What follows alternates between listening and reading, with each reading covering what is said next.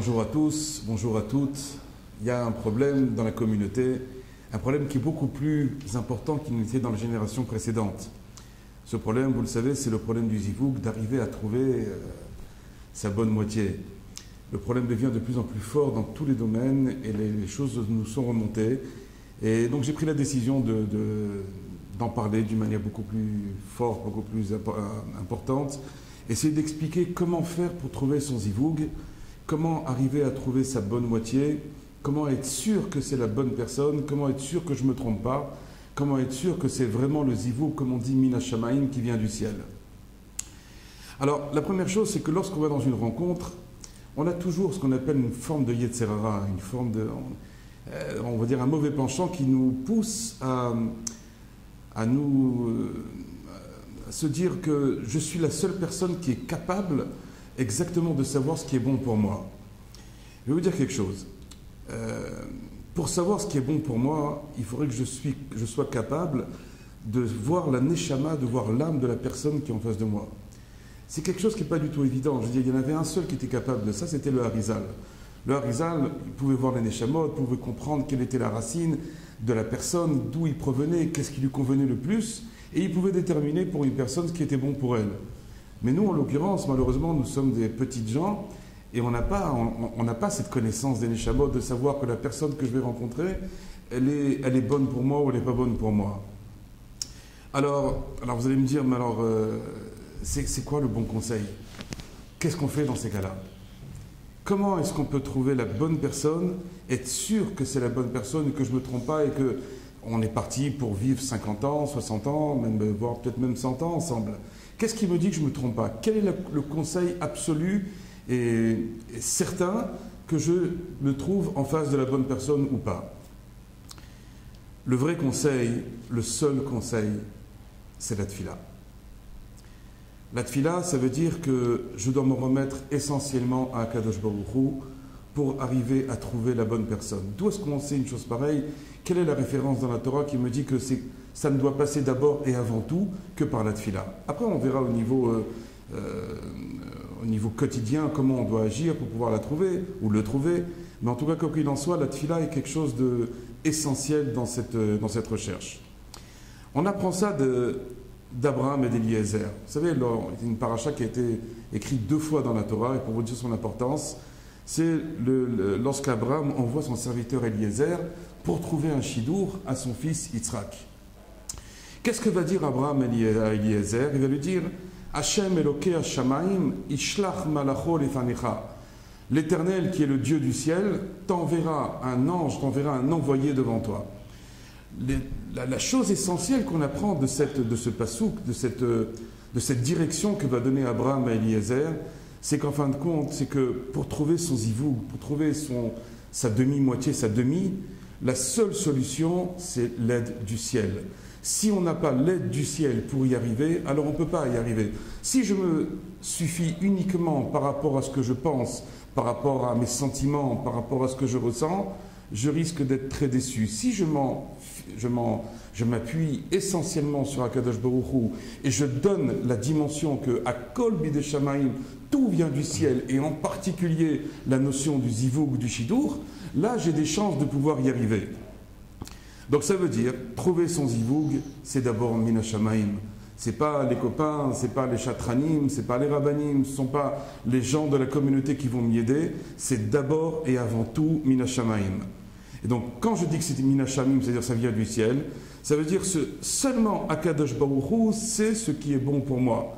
Et dans la mesure où il n'y a que lui qui sait ce qui est bon pour moi, donc la seule attitude et la seule solution que j'ai pour solutionner mon problème, c'est la tfila. C'est prier Hachem, puisque la solution, elle est chez qui? Elle est chez Dieu. Donc si je ne demande pas à Dieu, à qui je vais le demander? Aux gens, aux amis, mais qui me dit Bichlal qui connaissent ma neshama, et qui me dit Bichlal qui connaissent la neshama de l'autre? Maintenant, eux, ils sont intermédiaires, ils viennent faire en sorte que les 2 personnes vont se rencontrer. Mais qui est-ce qui est Mezavek Zivugin? Qui est-ce qui est l'organisateur suprême, justement, des 2 personnes qui vont se rencontrer? Il ne faut pas oublier une chose, c'est que lorsqu'un homme et une femme se marient, En vérité, le Zohar nous dit, ce sont très palgués d'Enshama. Ce sont deux moitiés d'une seule et même âme qui ont été séparées en venant sur terre et qui maintenant, lorsqu'ils vont passer sous la roupa, vont se retrouver. Donc, ça veut bien dire que si je prie dans cette optique-là, il y a une chance pour que mon zivoug va bien monter dans le ciel. Si je ne prie pas et je me fie uniquement qu'à ma perspicacité, qu'à mon jugement, qu'à ce que je parle, pas uniquement parce que je ressens, il y a des chances pour lesquelles je peux arriver à l'erreur. Donc ça veut dire que avant même de commencer à m'adresser à des chatranim, à des rabbanim ou des rabbaniot ou des amis, la chose que je dois faire avant les recherches même, c'est d'abord prier Hachem. Lorsque je vais prier Hachem, j'ai des chances de pouvoir mettre Hachem avec moi. Mais lorsque je sors Hachem de ma vie, automatiquement, je peux me fier qu'au hasard. Et lorsque je vais selon le hasard, on ne sait pas trop comment les choses vont pouvoir aboutir. Donc ça veut dire que Hachem, dans cette histoire-là, est la chose prépondérante. Et la tfila envers Hachem est plus que tout. Donc, qu'est-ce qu'il nous reste à faire? Il nous reste uniquement à multiplier les tfilotes, s'appuyer sur Hachem et qu'il nous dirige vers le bon zivouk. C'est ça exactement la seule solution que nous avons. Maintenant, alors comment on fait pour prier? C'est une bonne question qu'on doit tous se poser. Comment fait-on pour prier? Il y a la prière telle qu'on la connaît dans le Sidour, dans le livre de prière, la Hamida. C'est vrai, on va en parler dans les prochains cours, dans les ségoulottes, comment arriver justement à trouver son zivouk d'une manière pratique. Mais là, je parle au niveau de la hashkafa, de la pensée, comment il faut aborder ce sujet-là. Il y a ce qu'on appelle la tfila personnelle. Vous savez qu'avant de réaliser toute démarche, avant chaque rencontre, avant que je puisse être certain que ce qui va se passer, ça va être pour mon bien, je dois prier Hachem, mais d'une manière personnelle, pas dans un livre. Ça veut dire que je dois pouvoir développer une forme de communication avec Dieu et je dois lui parler du problème que je suis en train de vivre actuellement. Comme si je parlais à un ami, comme si je parlais à mon père, comme si je parlais à ma mère. Je dois pouvoir ouvrir mon cœur vers Akadosh Baruch Hu et lui exprimer ce que je ressens. Tout le temps où je vais garder dans mon cœur sans exprimer ce que je ressens, la tfila ne sera pas une vraie tfila. Donc ça veut dire que arriver à parler à Hachem, arriver à prier Hachem, c'est arriver à lui dire, à lui parler, à lui dire exactement ce que je ressens dans mon cœur. Et donc ça veut dire que lui demander qu'il nous ouvre les yeux, lui demander de prendre la bonne décision, lui demander qu'on évite toutes les peurs, toutes les craintes, tous les affolements qu'on peut avoir là-dedans, qui nous donne la stabilité de l'esprit, la stabilité dans le cœur, arriver au moment de la rencontre où on va voir la jeune fille ou le jeune homme en question, et arriver à lui parler d'une manière sincère. Et lorsqu'on aura prié de cette manière-là à Kadosh Baruch Hu, alors on peut aller d'une manière complètement détente envers la personne que je vais rencontrer et Bezrat Hashem faire en sorte que ça va être la bonne personne.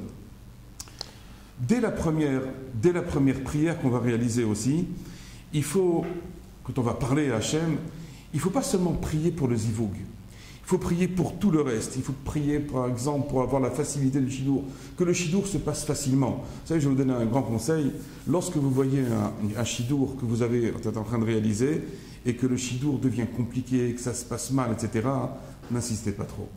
Insistez un petit peu parce que bon, des fois, il faut un petit peu insister pour montrer qu'on veut vraiment. Mais je vais vous dire par expérience, et je l'ai vécu, et je l'ai vu au niveau de mes enfants et des gens de ma Keïla et des gens qui me côtoient, à chaque fois qu'un shidour s'est passé d'une manière compliquée, il ne s'est jamais réalisé. Donc au lieu de rentrer dans la tourmente et dans la fatigue de l'esprit surtout, quand vous voyez que le shidour se passe mal, il n'y a que des bagarres et que des histoires, laissez tomber, ce n'est même pas la peine d'y rentrer. Le deuxième point aussi, c'est de demander à Hachem que ça se passe rapidement. Vous savez, il y a des shidours qui vont traîner des fois 6 mois, 1 an, des fois même 2 ans, où la personne ne sait pas ce qui va se passer, elle va revenir, ça va être une fois oui, une fois non, et on ne sait plus où on en est.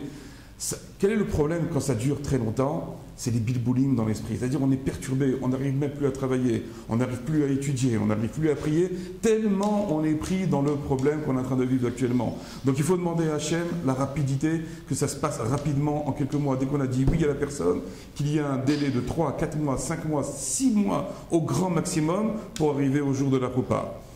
Qu'il n'y ait pas de perturbation de l'esprit, comme on l'a dit tout à l'heure, les bilboulim, c'est quelque chose de catastrophique. On n'est pas sûr, on doute. Le doute a pour effet de faire perdre le yishuv hadat, c'est-à-dire comment on pourrait dire ça en français, avoir un esprit serein.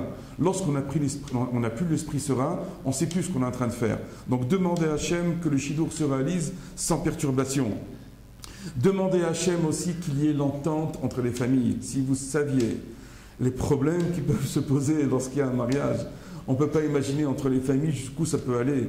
Des fois, alors, allez-nous, ça peut être des insultes, des cris. Il faut demander à Hachem, depuis avant même qu'on ait commencé à voir le Shidour, il faut demander à Hachem à ce qu'il y ait une bonne entente entre les familles. C'est extrêmement important. Il faut demander à Hachem aussi qu'on trouve facilement un appartement qui soit éclairé, qui soit facile à vivre pour le couple, dans lequel le couple pourra évoluer comme il faut. Il faut demander aussi la bracha pour la parnassa, parce que combien de couples, combien de zivugim, de shidurim se sont réalisés, et il n'y avait pas de parnassa, et le problème de parnassa a entraîné des problèmes de shalom bayit, quelque chose de terrible. Il faut aussi prier pour le shalom bayit, qu'il y ait la paix dans le couple, qu'il y ait une bonne entente, qu'on arrive justement qu'on soit sur la même longueur d'onde. C'est une chose qui est très importante. Il faut prier aussi pour le kavod mutuel, pour le respect mutuel dans le couple. Parce que vous savez, ce qui est à l'origine des divorces et des problèmes d'entente, c'est parce que les gens ne savent pas se parler. On fera peut-être certains cours sur le shalom bayit dans le futur. Je parlerai beaucoup de ce problème-là du kavod mutuel, qui est un problème essentiel. Mais en tout cas, avant même qu'il y ait le shidour, demandez à Hachem à ce qu'on ait un respect mutuel, le garçon envers la fille et la fille envers le garçon.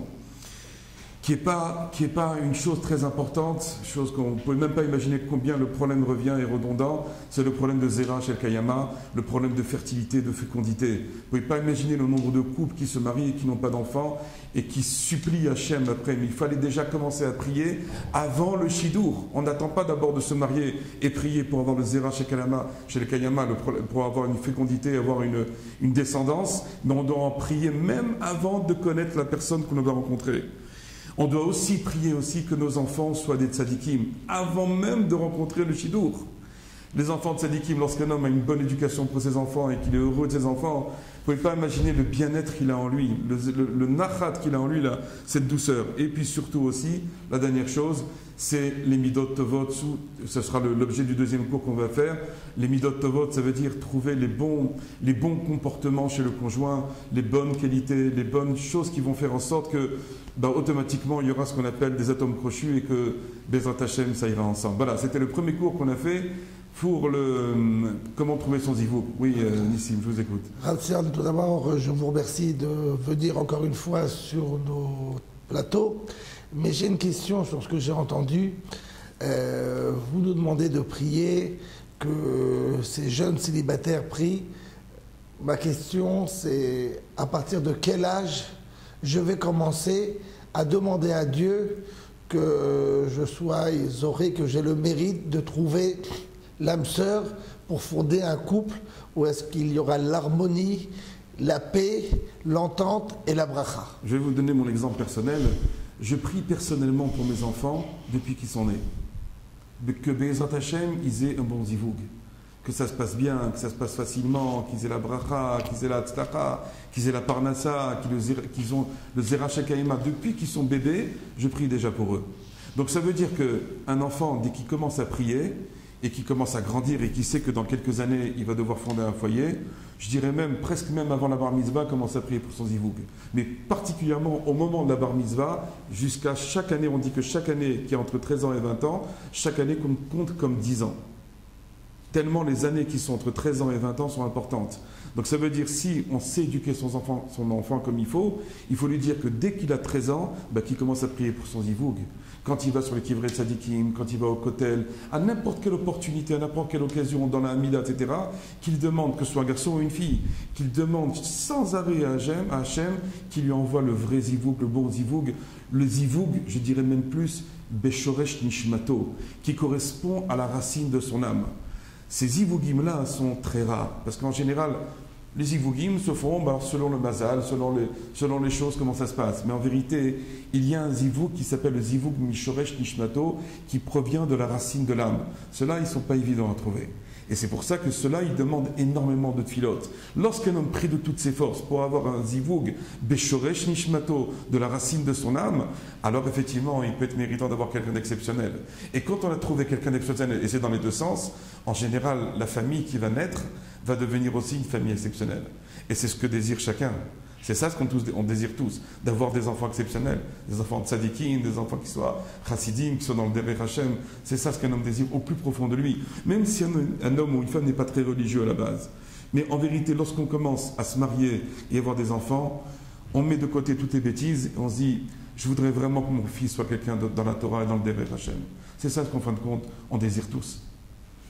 Merci bien, Rav Zion. Merci et Be'atzlacha, et que vous soyez tous zochés de trouver votre zivug Beshoresh Nishmatam selon la racine de votre âme, Bezrat Hashem, Bekarov, Bekarov, Mash. Amen et Amen.